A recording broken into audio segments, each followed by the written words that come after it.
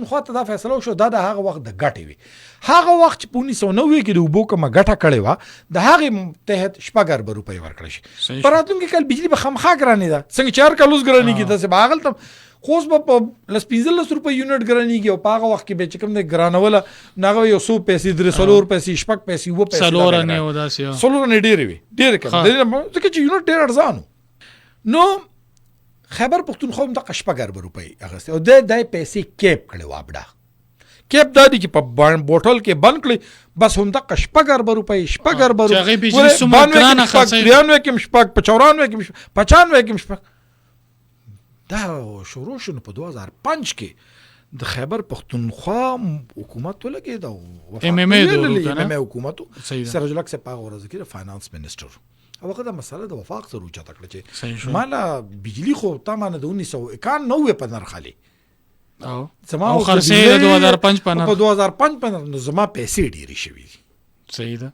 سوال یې راوچت که وابډا هغه ولګي چې دا مسله د وابډې سره اوچته کې خیبر پښتونخوا ولګي د وفاق وابډا او خیبر پښتونخوا دا درې فریقه شو. صحیح شو. او دوی یو ثالثي کمیشن جوړ کړ. ټیک ده. په 2005 کې صحیح 19 اکتوبر 2006 باندې ثالثي کمیشن جوړ شو. صحیح. د ثالثي کمیشنو لګېدل یو جرګه به موږ ته او دا فیصله وکړه چې صحیح خیبر پښتونخوا ته به یو خدای دی چې د 6 اربه روپۍ به ملاويږي بل د دوی د بقایجات د 1992 نه تر اوسه پورې دا تقریبا 110 ارب روپۍ خیبر پښتونخوا ته پاتې شوی. نو خیبر پښتونخوا له بقایجات په مد کې 110 ارب روپۍ ورکړي شي. صحیح شو.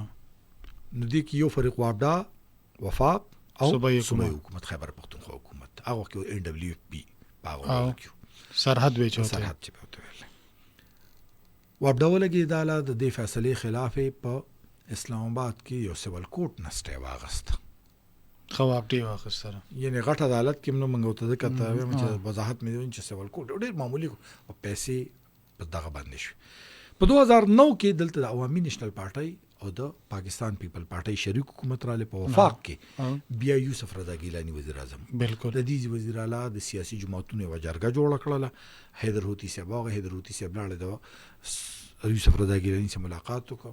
وفاق ولګي دوه اپډیټ ویل چې د خپل کیس واپس واله خپل کیس هغه واپس واغستو خیبر پښتونخوا ته په 4 کالو کې دغه 110 ارب روپۍ ملاو شي. پس دا بقایجاتو کې خود 2010 پورې 2009 کې ملاویدل شروع شو. دا پراتون کې سلور کې 9 10 11 12 دې کې ملاو شو. نو بقایجات دیزی پورې لګزان سره بقایجات ختم شو.